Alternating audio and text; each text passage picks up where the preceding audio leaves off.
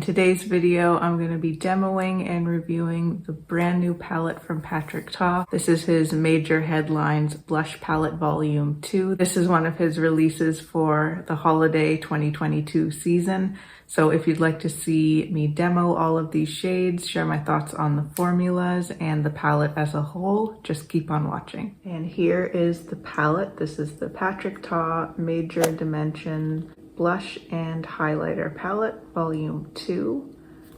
You can see that we have the protective cover over the creams, which is great to keep them safe from getting contaminated with any of the powders. So there are the shades. Let's do some swatches so we can see how these look on the skin. These are all new shades. So the first one is called Giving Flirty, which is described as a soft pink. So that's the cream there, and that's the powder for Giving Flirty. There's definitely a brightness to this color, and I expect there will be a brightness to the other blush shade as well. Almost like a neon quality, like there's some white base in there. It's very bright. So if you were wondering if this looks like the promo photo on the Sephora website, it doesn't.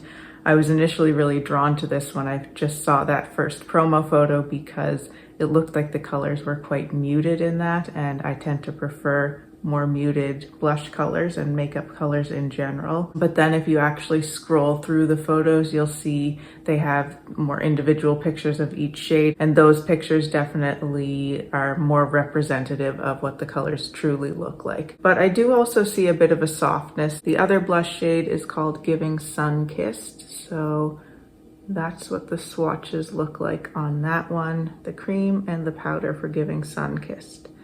So I like that these are very distinctly different shades. Giving Flirty is much more of a cool tone pink, and then Giving Sun Kissed is more of a kind of, it is a little bit muted actually. It's more of a kind of muted coral in a sense. It has a vibrancy to it as well, but it kind of reminds me of something like the Salt New York Sunburnt shade, which is vibrant and bright, but still has a slight kind of earthiness to it. Similar to Je ne sais quoi, the lipstick from Lisa Eldridge, which again is more of a bright kind of vibrant corally color, but it's like it has some brown mixed into it just to kind of soften and mute it down just a tiny little bit. And then we have our first dedicated highlighter from Patrick Ta. This duo is called Giving Glossy, and here is Giving Glossy swatched. So the cream looks to be pretty much just a clear balm. There may be a little bit of shimmer in there, but I'm not really seeing that. And then the powder is a beautiful champagne color. So looking at this powder in the pan, I was a little bit worried because it does look a little bit deep for someone like me with fair skin, but in the swatch, it's not looking too dark. I can see a little bit of a cast there when I shift my hand, so I might have to be careful with the placement of that one, but we'll see. And Giving Glossy is described as an opal pearlescent. All of these powders feel very soft and a little bit dry, so they don't feel as creamy as some other powder blushes, but they definitely feel very soft. The creams feel very emollient, like a very thin kind of emollient texture, so I'm looking forward to seeing how those look on the skin. Let's start out on this side with Giving Flirty. That's the cooler pink one. I'm gonna use my Sonia G Lotus Cheek Brush for this. I just thought this would be a good option. I did set my whole face with powder today because I knew that these blush colors were probably going to be quite bright and pigmented, so I wanted to make sure that I had a set powdered base before I went in with these powder blushes.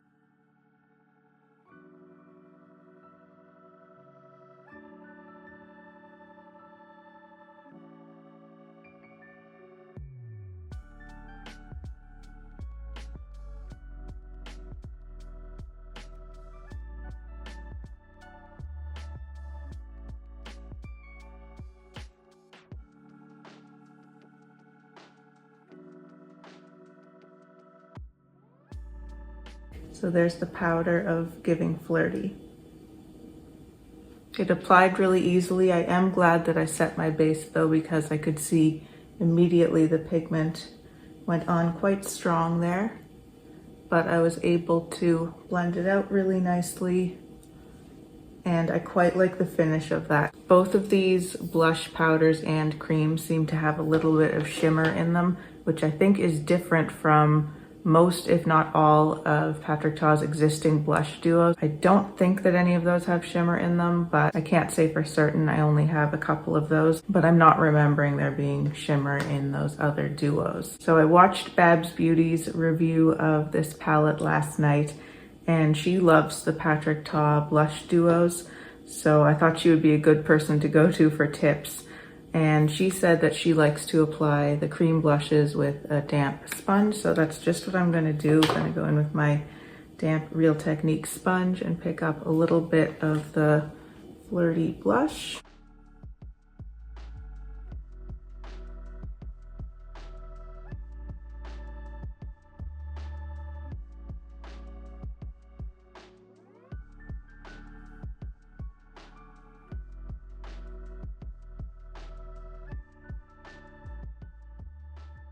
That's very pretty. I like the addition of the cream. I love to add that dewier, more skin-like, kind of moisturized skin texture back on top of the powder.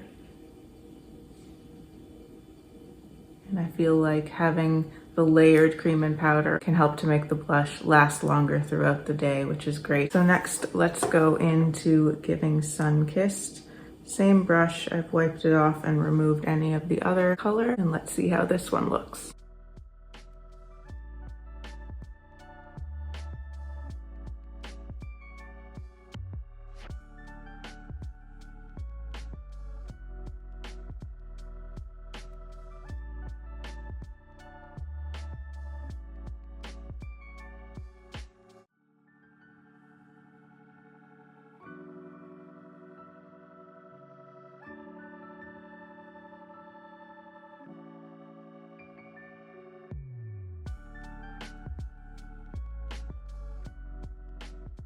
So there's the Giving Sun-Kissed powder. This one seems like it might be a touch more lightly pigmented than the other blush, but it might also just be because this is a tone, it's a little bit warmer, and it just sort of blends in and melts with my skin tone a little bit more naturally than the very cool pink. So let's try the cream for Giving Sun-Kissed.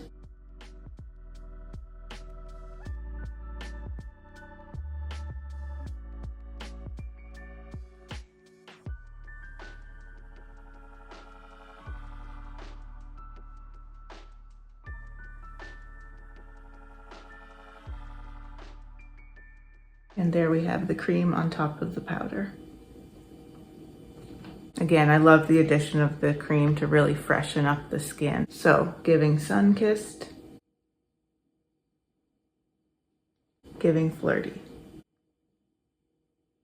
Now let's try out the highlighter. I generally prefer to put a powder highlighter on before a cream highlighter, so I'm going to do just that. I'm going to go into the powder with my Sonia G Classic Face Brush.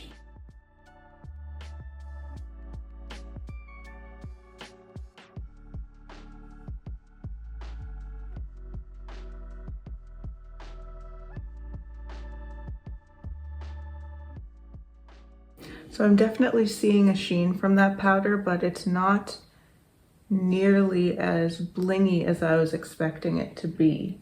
I think I will have to try layering the powder on top of the cream because perhaps that's how it's intended to be used, and you'll get a lot more bling out of the powder if you're putting it on top of the cream. So let's just tap a little bit of the cream on now, and then we'll go back over with the powder.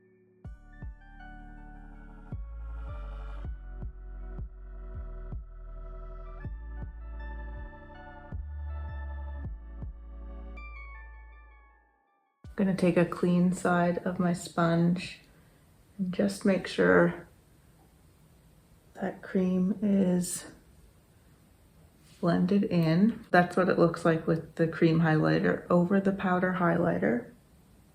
It's really quite a subtle effect that way. I actually really like how that looks. So on an everyday basis for myself, that is actually probably how I'd wear it, because I like that glossy kind of wet skin look. It doesn't look metallic at all, which I really like. I like a more diffused kind of skin-like looking highlighter. I like a strong shine, but not an overly pigmented one, if that makes sense. Now just looking to check the shade here. It looks like a perfect shade from this angle. If I look straight on, I'm not seeing any cast, but you'll have to let me know if you notice any kind of dark cast from the highlighter on my face, but I'm not seeing it now. So let's go back over with the powder highlighter and see what happens.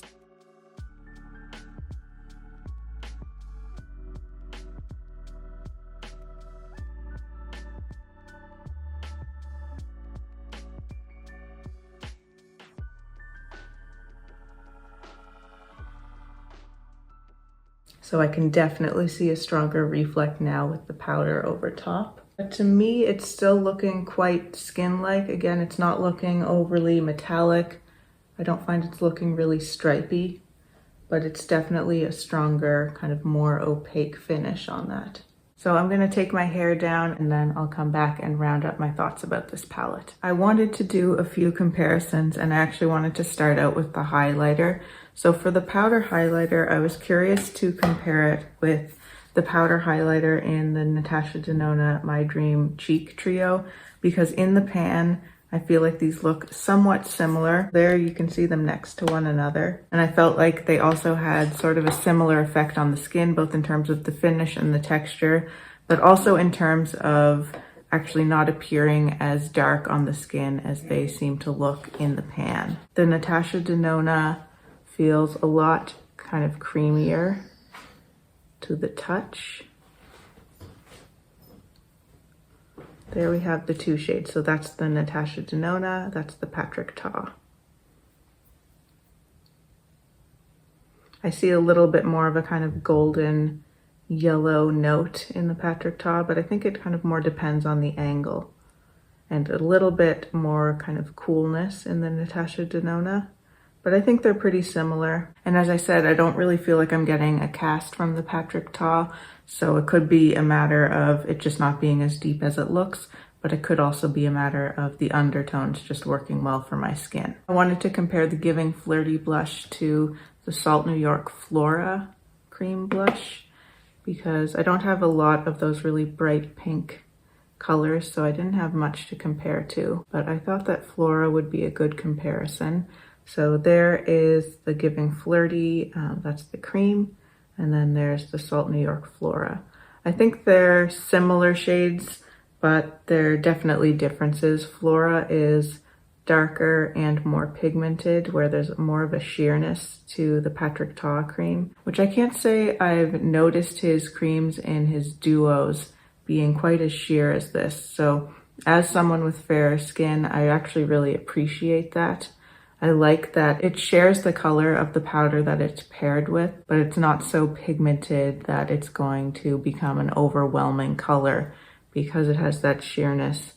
I feel like that makes it much better suited for layering. I would also say that Giving Flirty is just a little bit warmer than Flora, although it's still very much a cool tone in my opinion. And here I have the Giving Sun-Kissed cream compared to Salt New York Sunburnt. And this is Lisa Eldridge's Luxuriously Lucent Lipstick in the shade Je ne sais quoi. Sunburnt is a little bit more earthy, muted, and brownish. But I think that Giving Sun-Kissed and Je ne sais quoi are actually very similar. Again, we're getting more of that sheer, kind of less pigmented version of the color in the Patrick Ta, but the tones are quite similar. I would say the Patrick Ta is just a touch cooler than the Lisa Eldridge Je ne sais quoi. But I think those two would pair together very beautifully with the Lisa Eldridge on the lips and the Patrick Ta on the cheeks. I'm really not an expert on the Patrick Ta blush duos. I only have two of them. I have She's So LA and She's Blushing, and neither of those I think is really comparable to either of these blush shades here. I could be wrong, but I really do feel like those are more pigmented than the ones in this palette.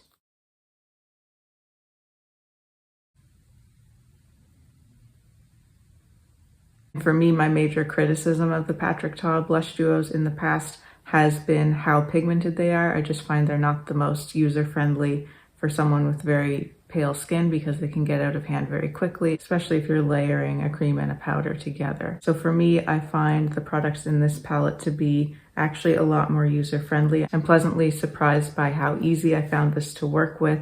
I like the colors. These are not my go-to everyday colors. If I'm going to be wearing these types of cheek colors, I kind of have to plan my look around the cheek color, whereas I usually plan my look around my eye look or sometimes my lip look. So it is still just a different approach because these are more vibrant colors, although they have a little bit of a softness. And I think that these are probably much softer than the shades that were in the Patrick Ta cheek palette last holiday. I should mention he's also changed the packaging. So normally he has a very reflective packaging like this one here with a mirrored finish. This is still shiny and a little bit reflective, but it has kind of like a matte overlay almost, or a brushed metallic, I guess you would call it. It still does take some fingerprints, but it looks a lot less messy when it gets fingerprints on it than the ultra reflective mirrored ones do. So that's it for me today. Let me know if you have any questions or comments below. I always love to see those. If you'd like to see more from me and you haven't subscribed to my channel already, I'd love for you to do so. Thank you so much for watching. Take care, and I'll see you in my next video. Bye.